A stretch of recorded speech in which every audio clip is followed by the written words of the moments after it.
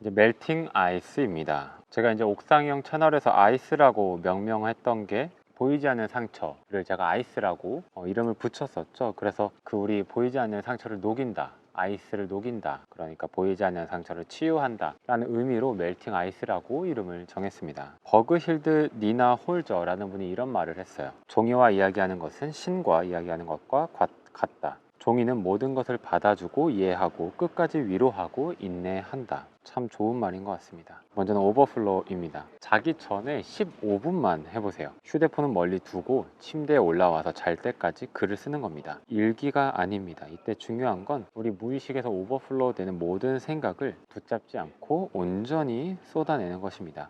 생각의 흐름을 종이에 닿는 펜촉 끝까지 유지하면서 그 흐름을 놓지 않는 것이 중요합니다. 오버플로 되는 모든 생각을 붙잡지 말고 온전히 종이에 쏟아내는 데 집중하세요. 고치려는 순간 해감은 멈춥니다. 흐름을 유지하는데 온 마음을 다하세요. 오버플로우에서 가장 중요한 것은 부정적인 생각, 원하지 않는 생각일수록 더 붙잡으려 하지 않고 그대로 흘려보내야 한다는 것입니다. 좋은 생각이 떠오른다면 굳이 이런 훈련을 할 필요는 없습니다. 원하지 않는 생각이 떠오른다면 그럴수록 더 쏟아내려고 집중하세요. 두 번째는 4day입니다. 일주일에 최소 4일은 15분씩 글을 쓰려고 계획을 세우세요. 세 번째, honestly. 좋은 글쓰기는 진실을 말하는 것입니다. 나 자신에게 솔직하고 정직하게 쓰는 것이 유일하게 중요합니다. 이런 문장이 있어요. 정답이 아니라 당신을 원한다. 그리고 헤드라이트, E.L. 닥터라는 분이 또 이런 말을 했습니다. 소설 쓰기는 한밤중에 운전하는 것과 비슷하다. 당신은 오로지 헤드라이트가 비추는 만큼만 볼 수 있다. 하지만 이 방법으로 목적지까지 다다를 수 있다. 일주일에 4일, 15분 동안 글쓰기로 계획을 세우셨다면 서두르지 말고 조급해하지도 말고 하루하루 쌓아가는 리듬을 만들고 느끼세요. 다음으로는 멜팅 아이스입니다. 만약 여러분의 마음이 동한다면 여러분의 삶에서 정말 고통스러웠고 어떤 경험에 대한 깊은 내면의 생각과 감정을 가지고 한번 글을 써보세요. 아직 마음의 준비가 안 된 것 같다 하시면 무리하실 필요 없습니다. 그냥 쓰지 않으면 됩니다. 또 한 가지 방법으로는 그 4일 동안 한 가지 주제에 대해 쓰는 것도 좋고 날마다 새로운 이야기를 쓰는 것도 좋습니다. 그리고 마지막으로 시크릿입니다. 여러분이 쓰는 모든 글은 익명이고 비밀이 보장됩니다. 당신의 글을 공유할지 말지는 그 결정권은 당신에게 있습니다. 여기까지가 멜팅 아이스의 포인트 6가지를 함께 여러분에게 소개시켜 드렸습니다. 일주일에 4일 잠들기 전에 휴대폰을 하다가 잠을 드는 것이 아니라 정말 여러분의 무의식에 있는 것들을 쏟아내면서 그렇게 여러분의 어떤 기억들을 해소시키면서 가볍게 잠에 드는 것을 한번 계획해 보시는 건 어떨까요? 다음은 마지막으로 독서 치료에 대해서 이야기를 나눠 볼게요. 이제 마지막으로 독서 치료입니다. 손바닥도 부딪혀야 소리가 난다. 픽션과 넌픽션의 상호작용으로 독서 치료는 시작이 됩니다. 픽션은 다른 사람의 이야기 또는 다른 사람이 만든 이야기를 뜻하고 넌픽션은 자신의 삶, 자신의 이야기를 말합니다. 우리가 영화를 보면서 마주하는 캐릭터들 그리고 그 상황들을 이해하고 공감할 수 있는 이유는 최소한 비슷한 경험을 한 적이 있기 때문입니다. 이처럼 상호작용의 첫 단계로 동일시하게 됩니다. 픽션 속 상황과 인물이 느끼는 감정 등 여러 부분에 감정이입하기도 하고 동시에 거리를 두고 관찰자가 되기도 합니다. 그렇게 다각도로 상황과 인물에 대해 이해하기 시작합니다. 비로소 우리는 통찰에 이르게 되는데요. 픽션 속 인물이 처한 상황을 객관적으로 바라본 것처럼 자신의 상황을 객관적으로 바라볼 수 있게 되고 그 이상으로 다각도로 자신의 상황이나 감정을 바라보게 하면서 간접적으로 어떤 방향을 스스로 찾을 수 있게 되는 것입니다. 이러한 자신에 대한 이해는 타인에 대한 이해로 이어집니다. 타인을 바라보던 시선과 태도가 달라지며 세상을 바라보던 시선과 태도가 달라집니다.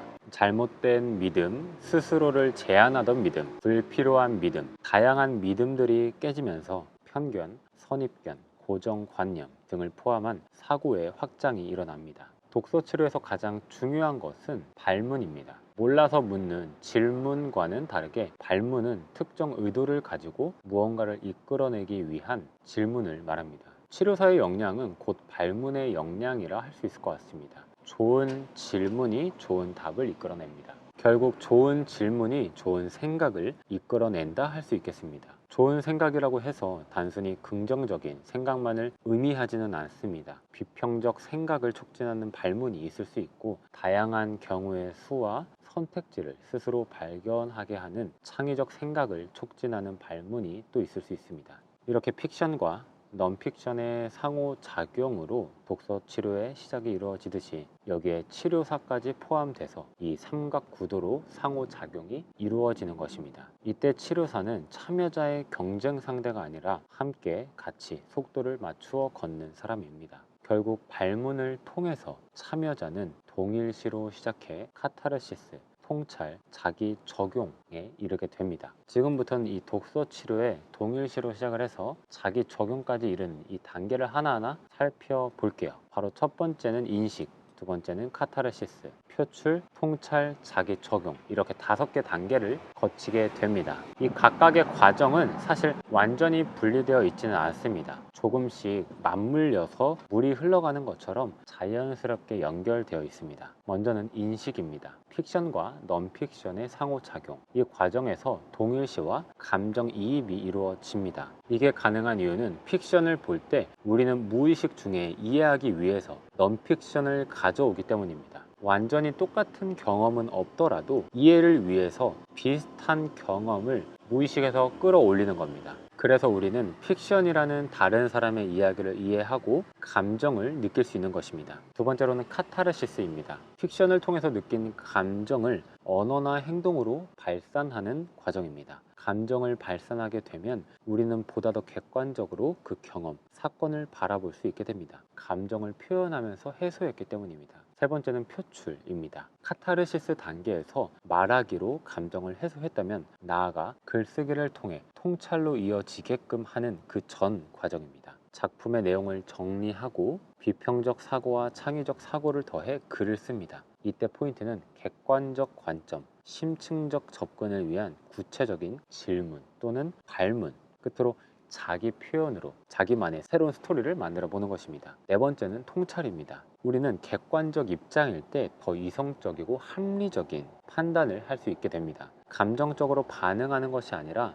이성적으로 현명하게 사고하고 결정할 수 있게 됩니다. 바로 이 지점이 통찰 단계입니다. 스스로를 객관적으로 바라보며 원하는 바를 스스로 이루어내게끔 하는 것이 바로 독서 치료입니다. 마지막으로 자기 적용입니다. 이 모든 과정, 특별히 통찰을 통해서 깨달은 것을 실제로 자신의 삶에 적용, 행동으로 옮겨보는 것입니다. 보이지 않던 자신의 생각을 보이는 글로 표현한 것처럼, 이제는 글을 쓰면서 깨달은 바를 실제로 삶에 적용해 보는 것입니다. 생각으로 시작된 이 모든 과정이 실제가 되는 것을 스스로 경험하는 단계입니다.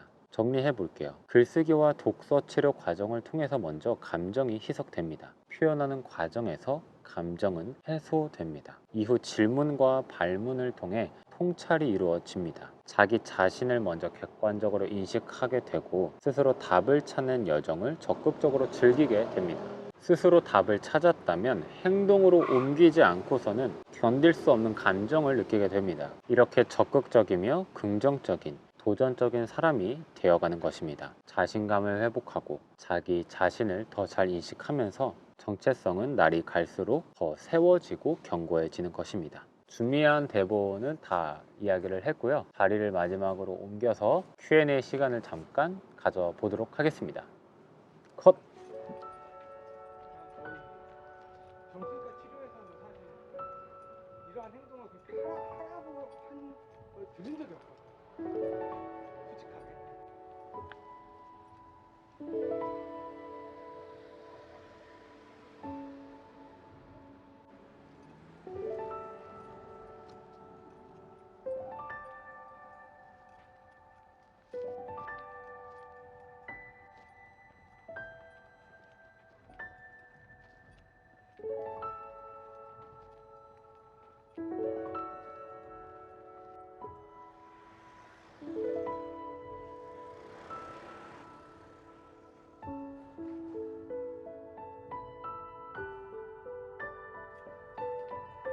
우와, 흰색이 어떻게 이렇게 야광이 되지?